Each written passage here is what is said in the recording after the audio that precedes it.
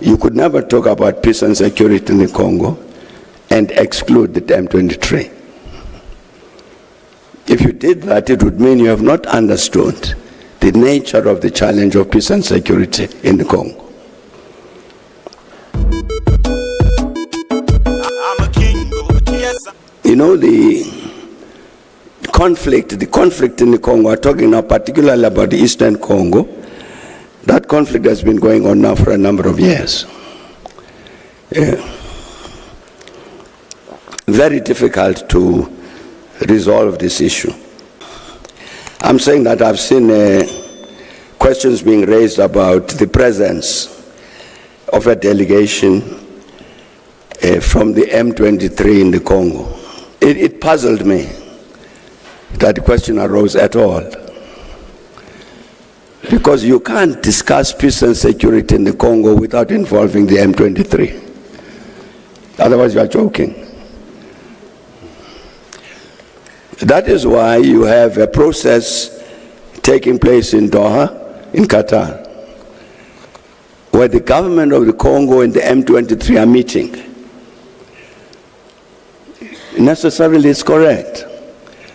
And before that, the president of Angola, the current chairperson of the African Union, had chaired a process, exactly the same process, of a dialogue between the government of the Congo and the M23 in order to find peace in the Congo. I think the Thabo Mbeki Foundation have been very, very foolish. If it had invited all these Congolese to say, let's talk about peace and security in the Congo, but you M23 stay away. It doesn't make sense. Because even to understand the phenomenon of the M23, where does this thing come from? It's very, very fundamental to understand that, because that helps you to understand the Congo. If you don't understand the origins of the M23 and what it stands for, then you will not understand the Democratic Republic of Congo. As a foundation, we thought that let us discuss the matter of the DRC, because clearly this is one of the major areas in terms of peace and security on the continent. And let everybody come. The consequence of which, not only did they have the M23 there, you had representatives of the governing party. President Tshisekedi's party representatives were there. And quite correctly, they never questioned the presence of the M23. They are Congolese. They all know the nature of the challenge in the Congo. So I'm saying President Tshisekedi's party, the UDPS, had its representatives there, and they addressed the meeting, made their own proposals as to what is to be done. The M23, the Alliance of the Congo River, the AFC, were also there. They addressed the meeting and said, this is what we think about the Congo. But in the end, we had a meeting with all of these delegations. And the very, very interesting thing was this. There was a unanimous view, from the governing party to the M23 and others in between. All of them saying, it's very clear to us as the Congolese that we need a national dialogue. We need to get together as the Congolese and say, what do we do about the Congo? That is a unanimous view. You could never talk about peace and security in the Congo and exclude the M23. If you did that, it would mean you have not understood the nature of the challenge of peace and security in the Congo. More broadly, I think it's very related to the issue I was talking about earlier, of this retreat of the Pan-African spirit on the continent. I think this broader question about peace and security on the continent relates to that. You know what happens normally? A conflict breaks out somewhere, then we intervene and say, stop the guns, silence the guns. These guns are then silenced. The belligerents then talk to each other, produce a new constitution, hold elections, have an interim government, hold elections on the basis of the new constitution, and that's peace. So it normally happens. And what's missing in that process is an intervention to address the root causes of the conflict. So it's necessary to silence the guns. And so it's necessary to find a formula so that people can govern their country. But of critical importance is this question: what is it that led to this conflict? We have to address that so that it does not arise again. It becomes difficult to get to this matter of the root causes in the absence of a Pan-African outlook. You can't do it in the absence of that Pan-African outlook.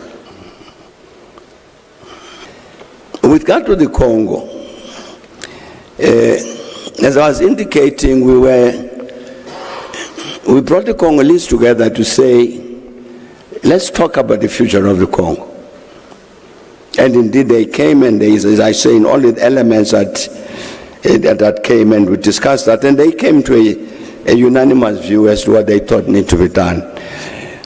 The issue that is being raised, like for instance about the people who committed genocide in Rwanda in 1994 and then went into the Eastern Congo, who now became what is called the FDLR. The question that is being raised is important. What are we doing about those people? In 2001, 2002, after we had concluded the negotiations among the Congolese had concluded the negotiations among themselves in what was called Sun City, it was clear to us that there was another element that needed to be addressed, which was the question of the relations particularly between Rwanda and the DRC. As a consequence of which, we convened a process between the two governments to look at the matter of the relations between the two of them, which would include this matter of the people who had fled from Rwanda into the Eastern Congo.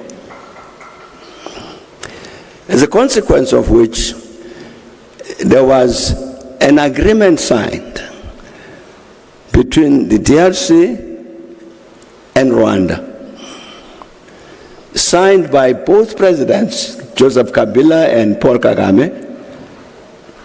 I recall that even Kofi Annan, who was Secretary General of the UN, insisted that he wanted to be one of the observers to that agreement. So that agreement is signed by President Kagame, President Joseph Kabila. Witnesses, Kofi Annan, myself. The Americans are saying that the agreement that was signed now in Washington between the two countries by the foreign ministers of the two countries is the first such agreement. That's not correct. First agreement was signed here in Pretoria, 2002. Signed by the presidents. One of the clauses in that agreement, I'm sure it appears again in this agreement in the United States, was that it would be important for the government of the Democratic Republic of Congo to disarm the FDLR. If they want to stay in the Congo, to disarm them, they can stay as refugees. Otherwise, to assist in the process of their return to Rwanda as ordinary civilians, not armed groups. Attached to that was then the withdrawal of the Rwandan troops that were in the Congo because of the presence of the FDLR.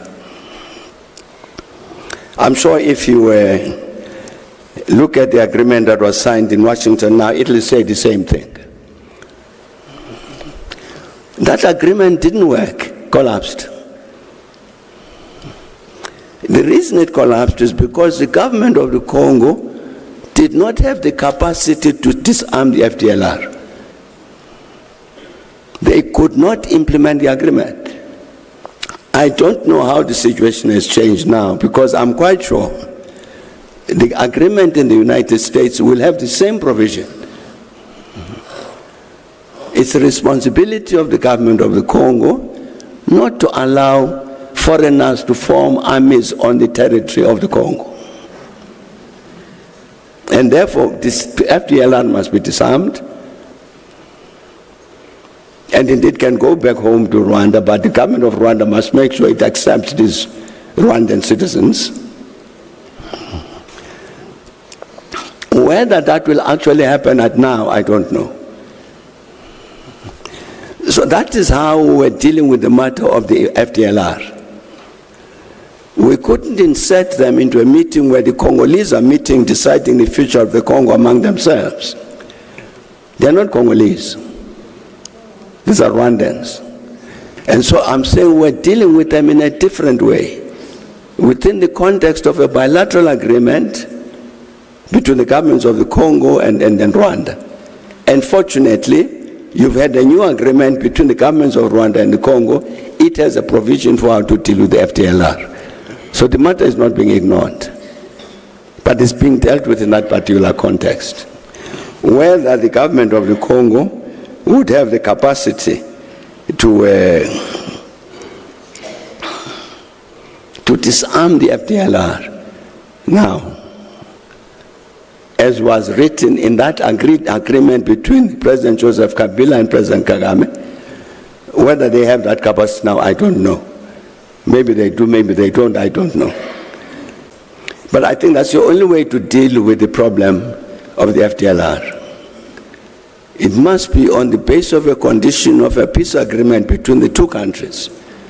And then the two countries must act together to make sure that there's no security threat to Rwanda based on an armed group that is in the Congo, and vice versa. There must be no threat to the security of the DRC on the basis of some armed group that might be in Rwanda. I think that's the only way to deal with this issue. And fortunately, and hopefully, the agreement that's been signed in the US now would attend to that matter, hopefully, of the FDLR, the Rwandan refugees in the Congo. I'm a kingo, yes, I'm a kingo. I'm a kingo.